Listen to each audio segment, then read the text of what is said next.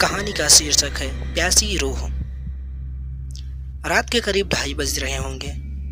Night shift करने के बाद मैं पैदल ऑफिस से घर की ओर लौट रहा था। वाहन न होने के कारण बीते 1-1.5 साल से महानगर की सूनी बियावान और लंबी सड़कें हमसाया बनकर मेरे साथ चलती हैं। बाप रे, इतनी लंबी और भूतिया सड़कें खत्म होने का नाम ही नहीं लेती हैं। बस चलती रहती हैं, रुकने का ही नाम नहीं लेती। कहीं ऐसा घनघोर अंधेरा कि पैर कहाँ पड़ रहे हैं पता ही ना चले, तो कहीं खंभों की लाइट से फूटते सफ़ेद झिलमिलाते प्रकाश में नहाती सड़कों की खूबसूरती देखते ही बनती है। रोजाना का रूटीन होने के कारण अब इन सूनी और अंधेरी सड़कों से डर नहीं लगता था। इन्हीं सूने और बियावान रास्तों पर दिन भर इतना ट्रैफिक और चहल पहल रहती है कि एकदम पैदल चलना भी दूभर हो जाए। मई की बेरहमी गर्मी, माथे से चूता पसीना, और ऐसे में अचानक हल्की हल्की ठंडी चलने वाली हवाएं माथे के पसीने से टकराती ठंडी हवा कितनी शीतलता प्रदान करती हैं। ऐसे में कौन बेवकूफ़ होगा जिसका गुनगुनाने का मन नहीं करेगा। गुनगुनाते हुआ मैं आगे बढ़ रहा था कि अचानक आंखें एक जगह पर जाकर ठिठक गईं। सड़क किनारे एक सभ्य सी खड़ी अधेड़ महिला दिखाई दी। करीब 100-125 फीट की दूरी रही होगी। कंधे पर छोटा सा बैग लटका था, वहीं पैरों के पास एक ब्रीफकेस जमीन पर रखा दिखाई दिया। सफ़ेद प्रिंट वाली साड़ी उसने अपना सिर ढक रखा था। उससे तो वो किसी भले घर की ही गृहिणी लग रही थी, लेकिन इतनी रात गए, वो भी शहर के भीतर से गुजरने वाले हाईवे पर, कुछ अजीब सा लग रहा था। हो सकता है मायके या ससुराल वालों ने बस में बिठा दिया हो और किसी कारण बस लेट होने पर महिला को देर रात यहाँ उतरना पड़ा। शायद उसका घर यहीं कहीं आसपास ही होगा, या फिर शायद सवारी ऑटो या रिक्शे का इंतजार कर रही हो। लेकिन इतनी रात गए रिक्शा कहाँ मिलेगा। फिर मैंने सोचा शायद घर का कोई परिजन गाड़ी लेकर आ रहा होगा। शायद सोचते हुए मैं उसके बहुत करीब आ गया। नज़रों से नज़रें टकराईं, मगर वो जरा भी नहीं झेपी। मेरी आंखों में बराबर देखती रही।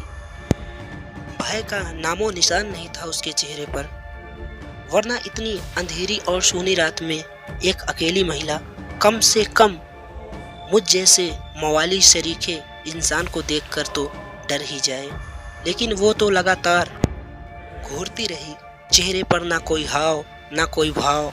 हाँ, होठों पर मुस्कुराहट बराबर जमी रही। मैं ही झेप गया, मुझे ही नजरें हटाना पड़ा, कहीं ऐसी वैसी तो नहीं। फिर एकदम से सिर झटक दिया, होगा कोई, मुझे क्या लेना देना। मैं तेजी से कदम बढ़ाता हुआ अनजान महिला को क्रॉस कर गया। अनजाने डर और शर्म के मारे मैंने फिर पलट कर नहीं देखा। ना जाने वो क्या सोच बैठे।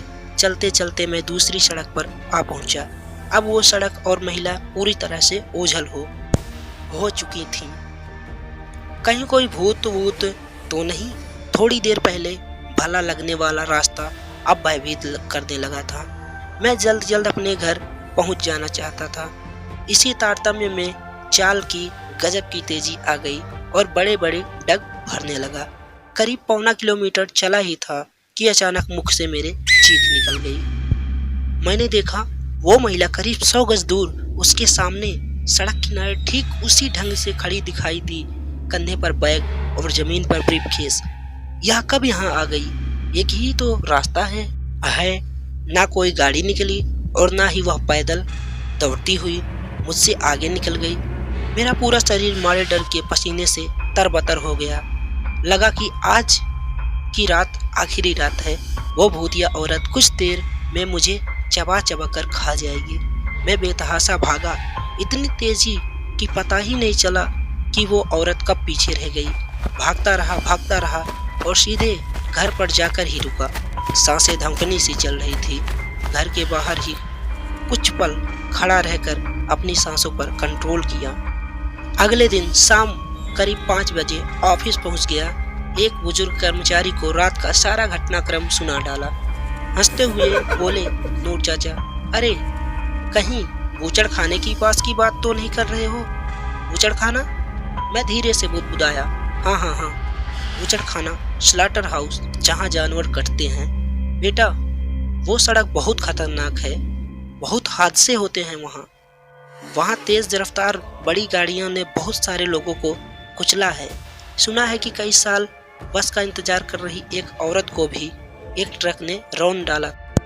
तो बेटा, वो औरत तुझे ही नहीं बहुत सारे लोगों को दिख चुकी है। शुक्र मनाओ कि वो एक भली आत्मा है और वो किसी का नुकसान नहीं पहुंचाती।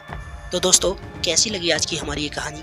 अगर अच्छी लगी हो तो एक लाइक, कमेंट और चैनल को सब्सक्राइब करके बेल आइकन जरूर दबाएं।